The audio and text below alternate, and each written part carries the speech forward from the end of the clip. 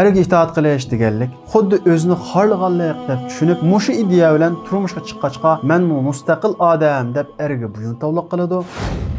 Agar buni saqlansa, erining haqqiga tajovuz qilgan bo'ladi, eriga xiyonat qilgan bo'ladi.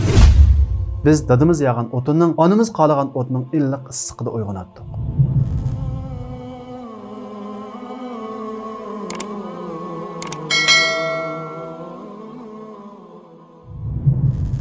Çaqlıq qatnaş vasitəsinin bir çağı minib, yeni bir çağı mangmasa, o qatnaş vasitəsi mangamdı? Əlbəttə mangmaydı. Bir adamның bir putu nəhayət sağlam olub, yeni bir putu kisel bolsa, dəsiməs bolsa, o adam mangalamdı? Əlbəttə mangamaydı. Turmuş dəl muşunun oxşaydı. Hər ayaldan ibarət turmuşun bu iki çağı, hər ikkilisi sağlam bolmasa, hər ikkilisi özünün rolunu cari qıldırmasa, bu turmuş aldığı mangmaydı və Allah Taala bekitken özünün əsli mənasını tapalmaydı. Çünki turmuşdan ibarət bu uluq ibadətdə Allah Taala üç xil mənanı bekitken. Allah Taala Qur'an-ı Kerimdə وَمِنْ آيَاتِهِ أَنْ خَلَقَ لَكُمْ أَزْوَاجًا لِتَسْكُنُوا إِلَيْهَا وَجَعَلَ بَيْنَكُمْ مَوَدَّةً وَرَحْمَةً Allah'ın möcüzələrinin qatarıdır ki, Allah'ın ayeti, oyunuşqa, təfəkkür qilishqa tegishlik işlərinin qatarıdır ki, Allah Taala özümüzdən bizning cüftimizni yaratdı. Yani ayolga nisbatan erini yaratdı, erga nisbatan ayolni yaratdı. Nima uchun? لِتَسْكُنُوا إِلَيْهَا Her iki taraf qarshi taraf bilan ülpet elishi uchun, aram tepishi uchun, huzur elishi uchun. Bu turmuşning birinci manası. İkincisi وَجَعَلَ بَيْنَكُمْ مَوَدَّةً وَرَحْمَةً Ve aranlarda muhabbet ve rahmetni, yani kuyunishni qildi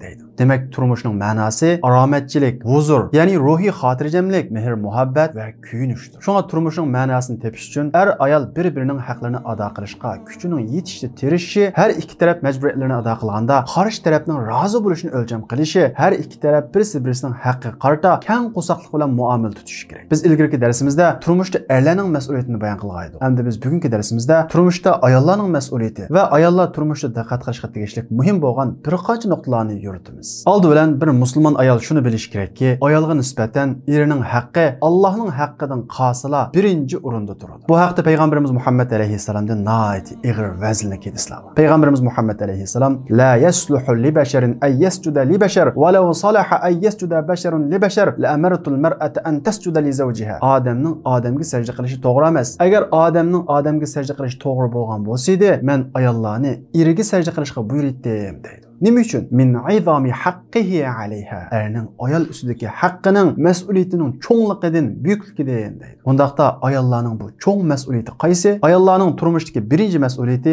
yo'ldoshiga itoat qilish. Bugun kunimizda ba'zi xonim qizlarimiz feminist ayollarning ta'siriga uchrab, ayollarning erlariga itoat qilishi degan bu mas'uliyatni ayolni xorlaganlik, biz qulmi deganga o'xshagan ta'tir tashviqot qilmoqda. Amaliyotda ayolning eriga itoat qilishi deganlik, er ayolni gunoh bo'lmaydigan, ayolning imkoniyatida bo'lgan, ayolga zulm bo'lmagan ishga buyursa yoki biror ishni qaror qilganda oxirgi qarorni eri chiqargan bo'lsa, uni qabul qilish, uni rad qilmaslik deganlik bo'ladi. Çünkü aile er ayol o'rtoqlikdagi bir muassasa. Her bir muassasaning bir mas'uli bo'ladi. Ailening cho'qimki bir mas'uli bo'lishi kerak. Undaqda ailening mas'uli kim bo'lishi kerak? Ayolmi, ermi? Buni er va ayolni yaratgan, her ikki jinsning tabiatini yaxshi biladigan Alloh bekitdi. Allah Taala ailedan iborat bu kichik davlatning, kichik muassasaning iqtisodiy chiqimlarini erga yuklaganligi va uningdan boshqa o'zi biladigan nurg'unlagan hikmatlar tufayli ailening mas'ulligini er kishiga yuklagan. Allah Taala Qur'on Karimda er-rijalu qawwamuna nisa erler ayollarning homileridir deydi. Yani erler ayollarning qo'g'dug'uvchilari, ega chiquvchilari,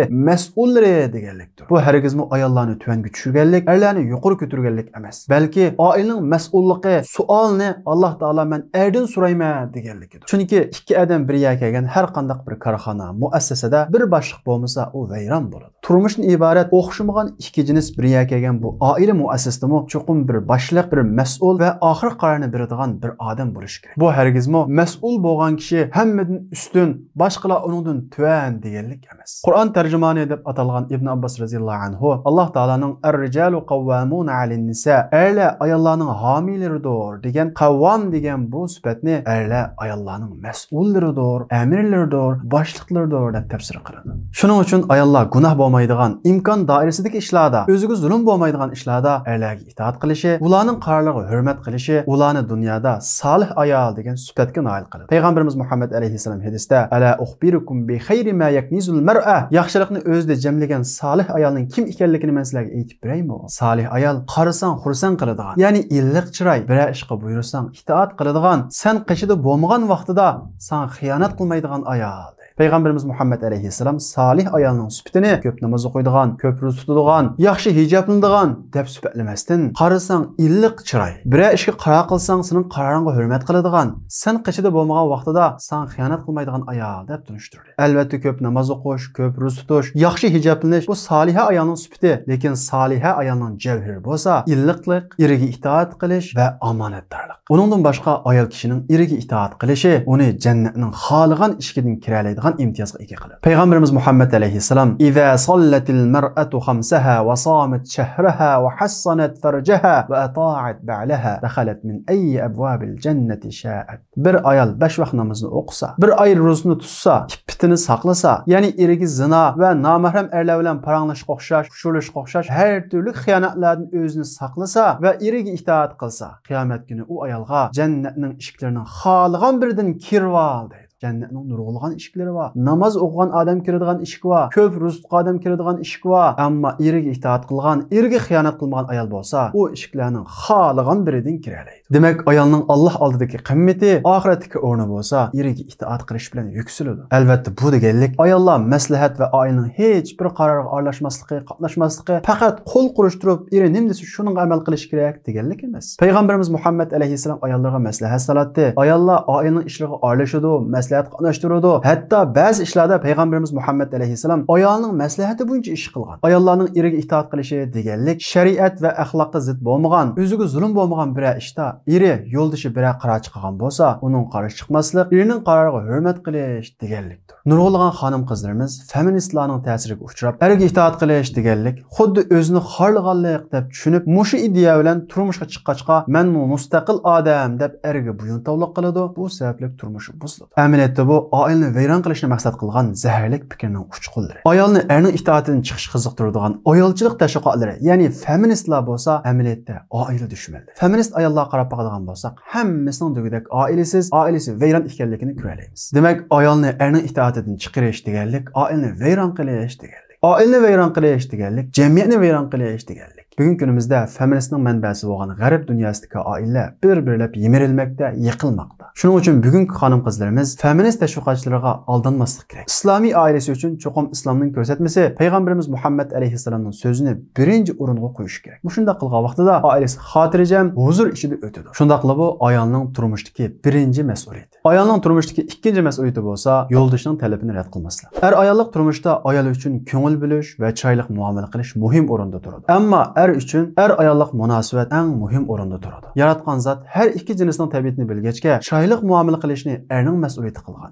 Ayollik munosabatni rad qilmaslikni ayolning majburiyati qilgan. Shunga munosabat talab qilsa, garchi ayol xohlamasa-mu rad qilmaslik kerak. Chunki agar ayol yo'ldoshining talabini rad qilsa, gunohga tushib qolishi mumkin. Buningda ayolmi gunohkor bo'lib qoladi. Shuning uchun ayol garchi xohlamasa-mu va yoki muhim ish bilan mashg'ul bo'layotgan bo'lsa-mu, kishi talab qilganda rad qilmaslik kerak. Payg'ambarimiz Muhammad alayhissalom ayol tunining beshidan non yiqayotgan bo'lsa-mu, eri munosabatga chaqirsa, rad qilmaslik kerak. Darhol uning qarashiga berish kerak deydi. Non yiqayotgan ayol diqqat bilan turmasa, non ko'p ketadi. Mana mushundaq paytdami Payg'ambarimiz Muhammad alayhissalom erning talabini rad qilmaslikni buyurdi. Shundaqla Payg'ambarimiz Muhammad alayhissalom yana bir hadisda qandaq bir ayol erining talabini rad qilsa, farishtalar u ayolga toki tong atquchi la'nat o'qiydi deydi. Hatto ayollar tutmoqchi bo'lgan nafl ro'zlarini erlaridan ruxsat so'rab tutish kerak. Erlari ruxsat qilsa tutish kerak, ruxsat qilmasa tutmaslik kerak. Chunki u bir nafla erining haqqi bo'lsa farz. Payg'ambarimiz Muhammad alayhissalom qandaq bir ayol eri yendi bo'ldi ekan, ya'ni safarga chiqib ketmagan ahvol ostida nafl ro'za tutmoqchi bo'lsa, eridan ruxsat so'rab tutsin deydi. Uchinchi mas'uliyati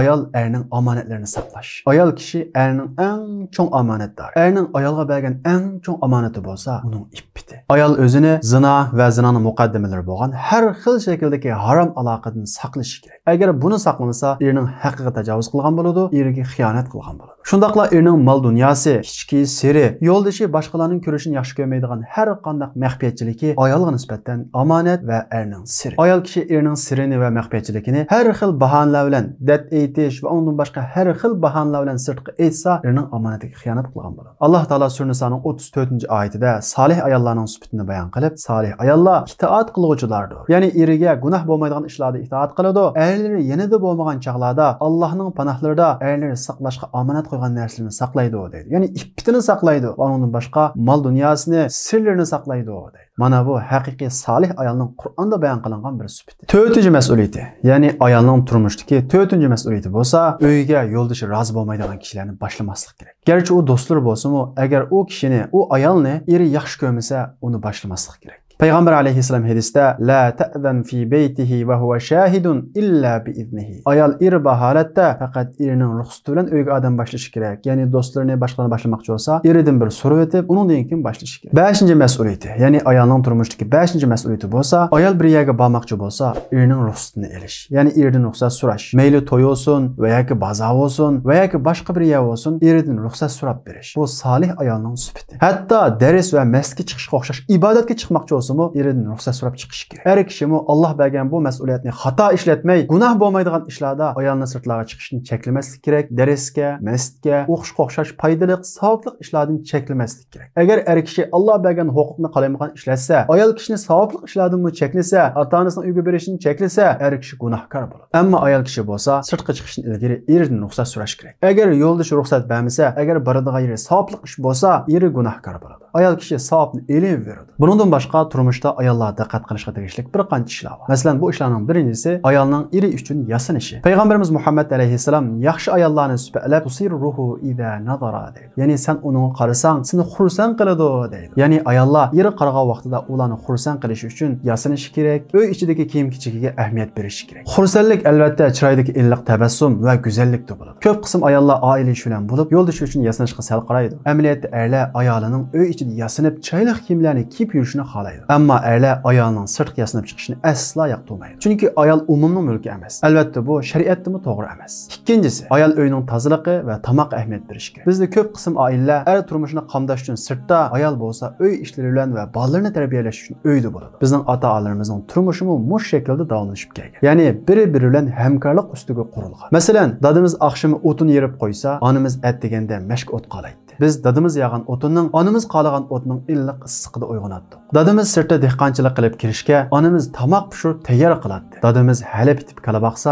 onamiz sutni seg'ib qatiq uytatdi. Onamiz qish kunlari kir yumoqchi bo'lsa, dadimiz suv isitib beradi. Ya'ni ularning turmushi mana shunday birisi-birisiga bog'langan hamkorlik va kuyinish ustiga qurilgan. Hali hamma ko'p qism oilalar mush shaklda davom qilyapti. Ya'ni erlar sirtda pul topadi, oilaning ig'irchiligini ko'taradi, ayol kishi bo'lsa uyda bolalarni tarbiyalaydi, oilaning ishini qiladi. Bunday oilada erni xursand qiladigan, suyundiradigan ishning birisi bo'lsa, er kishi sirtdan kirganda tomoqning vaqtida aldiga kirish va uyning pokiz bo'lishi. Erlarning tomoq sezgirligi nihoyat yuqori keladi. Tomoq vaqtida pishmasa og'irnib qoladi. Agar ayollar turmushda mush ikki tarafga, ya'ni uyning pokiz bo'lishiga va erning tomoqining vaqtida bo'lishiga diqqat qila olsa, erning qalbiga ajoyib suyunch ato qiladi. Oxirida darsimizni Payg'ambarimiz Muhammad alayhissalomning bir hadisini ayol hamshirlarimizga aslatish bilan oxirlashtiraman. Bir ayol Payg'ambarimiz Muhammad alayhissalomning qishig'iga bir narsa so'rash uchun keldi. Payg'ambarimiz Muhammad alayhissalom u ayoldan yo'ldishing qandaqroq muomala qilsa deb so'radi. U ayol qo'limdan kelishicha rozi qilishga tirishaman dedi. Payg'ambarimiz Muhammad alayhissalom yo'ldishingga qandaq muomala qilganligingga yaxshi qara. Chunki yo'ldishing fa innama huwa jannatuk va nar.